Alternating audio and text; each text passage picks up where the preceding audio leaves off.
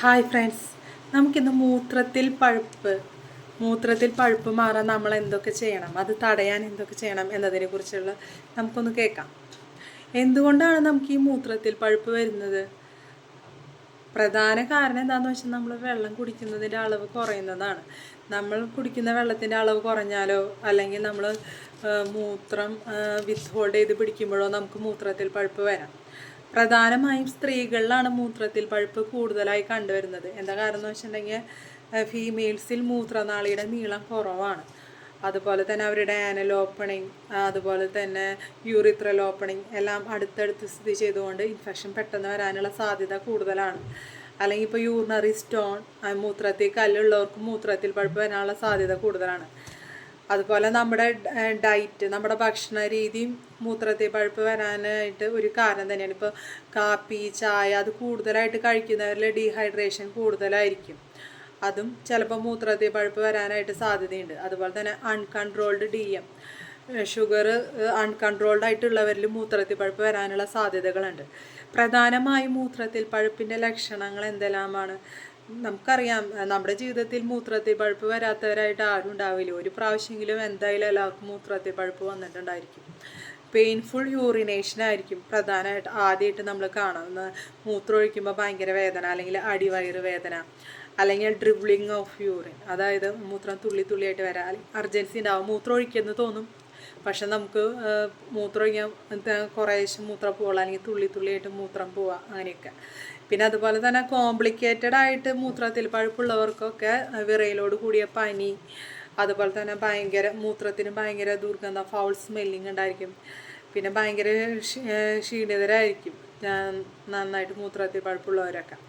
ഇനി നമുക്ക് ഇതെങ്ങനെ അറിയാം, മൂത്രത്തിൽ പഴുപ്പുണ്ട് എങ്ങനെ അറിയാമെന്നറിയാനായിട്ട് നമ്മൾ മൂത്രം ടെസ്റ്റ് ചെയ്ത് നോക്കാം. ആദ്യം തന്നെയായിട്ട് ചെയ്യാവുന്ന സിമ്പിൾ മെത്തേഡ് യൂറിൻ ടെസ്റ്റാണ്. യൂറിൻ റുട്ടീൻ ചെയ്യുക. അതുപോലെ തന്നെ യൂറിൻ കൾച്ചർ വേണമെങ്കിൽ നമുക്ക് വിടാം. പിന്നെ യൂറിൻ സ്റ്റോൺ ഉള്ളവർക്കൊക്കെയാണ്, ഇത്തിരി കോംപ്ലിക്കേറ്റഡ് ഒക്കെ ആയിട്ടാണെങ്കിൽ നമ്മൾ അൾട്രാസൗണ്ട് ചെയ്യാം, സ്കാനിങ് ഒക്കെ ചെയ്യാം. സ്ത്രീകളിൽ മാത്രമല്ല മൂത്രത്തിൽ പഴുപ്പ് വരാം, പുരുഷന്മാരിലും മൂത്രത്തിൽ പഴുപ്പ് കാണാം. പ്രോസ്റ്റേറ്റിന് എന്തെങ്കിലും അസുഖമുള്ളവരിലൊക്കെ ആണെങ്കിൽ മൂത്രത്തിൽ പഴുപ്പ് ഇടയ്ക്കിടെ ഇൻ്റർമിറ്റൻ്റ് ആയിട്ട് യൂറിനറി ഇൻഫെക്ഷൻസ് വരാം. പിന്നെ എങ്ങനെ നമുക്ക് ഇതിനെ മാനേജ് ചെയ്യാം, മൂത്രത്തിൽ പഴുപ്പ് എങ്ങനെ തടയാം? ഫസ്റ്റ് മാനേജ്മെൻറ്റ് നമ്മൾ നല്ല ഹൈജീൻ മെയിൻറ്റെയിൻ ചെയ്യുക. നമ്മളെപ്പോഴും മൂത്രം ഒഴിച്ചതിന് ശേഷം നന്നായിട്ട് ആ ഭാഗം വാഷ് ചെയ്യുക. നോർമൽ വാട്ടർ കൊണ്ട്, പൈപ്പ് വാട്ടർ കൊണ്ട് വാഷ് ചെയ്താൽ മതി. അത് ഫ്രണ്ട് ടു ബാക്ക് വേണം നമ്മളത് എപ്പോഴും വാഷ് ചെയ്യാൻ വേണ്ടിയിട്ട്. മുമ്പിൽ നിന്ന് പുറകിലോട്ട് വേണം വാഷ് ചെയ്യാൻ വേണ്ടിയിട്ട്, അല്ലെങ്കിൽ നമുക്ക് ഇൻഫെക്ഷൻ വരാനുള്ള സാധ്യതയുണ്ട്. എപ്പോഴും നല്ല ഹൈജീൻ മെയിൻറ്റെയിൻ ചെയ്യുക, ഹാൻഡ് വാഷിങ് ചെയ്യുക. അതുപോലെ തന്നെ വെള്ളം ധാരാളമായിട്ട് കുടിക്കുക. എന്ന് വെച്ചിട്ടുണ്ടെങ്കിൽ 2.5 തൊട്ട് 3 ലിറ്റർ വരെ നമ്മൾ വെള്ളം കുടിക്കണം. ശരിക്കും 20 അക്കോർഡിംഗ് ടു വെയിറ്റാണ് നമ്മൾ വെള്ളം കുടിക്കേണ്ടത്. 20 കിലോ വെയിറ്റുള്ള ഒരാൾ 1 ലിറ്റർ വെള്ളം കുടിക്കുന്നതാണ്. അപ്പോൾ നമുക്കൊന്ന് ഊഹിച്ചു കൊടുക്കാം, നമ്മുടെ വെയിറ്റ് അനുസരിച്ചിട്ടുള്ള വെള്ളം കുടിക്കുക. എന്തായാലും 2.5 തൊട്ട് 3 ലിറ്റർ വെള്ളം നമ്മൾ കുടിക്കണം. അതാണ് നമ്മുടെ ആരോഗ്യത്തിന് എപ്പോഴും നല്ലത്. പിന്നെ ഒരിക്കലും മൂത്രം ഒഴിക്കാണ്ടിരിക്കുക.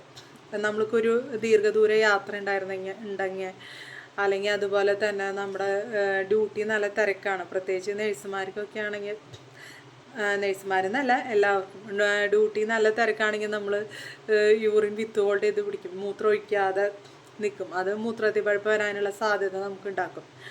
അതുപോലെ തന്നെ നമ്മളെപ്പോഴും അടിവസ്ത്രം ഉപയോഗിക്കുന്നത് നന്നായിട്ട് വെയിലത്തിട്ട് ഉണക്കിയിട്ടുള്ള വസ്ത്രങ്ങൾ ധരിക്കുക. പിന്നെ നമ്മുടെ ഫുഡിലൊക്കെ ആണെങ്കിൽ മെയിനായിട്ട് മധുരം, അതുപോലെ തന്നെ ഉപ്പ്, മസാല, അതൊക്കെ കൂടുതലായിട്ട് ഒഴിവാക്കുക. അതൊക്കെ ബാക്ടീരിയൽ ഗ്രോത്ത് ഉണ്ടാവാനായിട്ട് ഇടവരുത്തും. അതുകൊണ്ട് മധുരം, ഉപ്പ്, മസാല അതൊക്കെ കൂടുതലുള്ളത് ഒഴിവാക്കുക.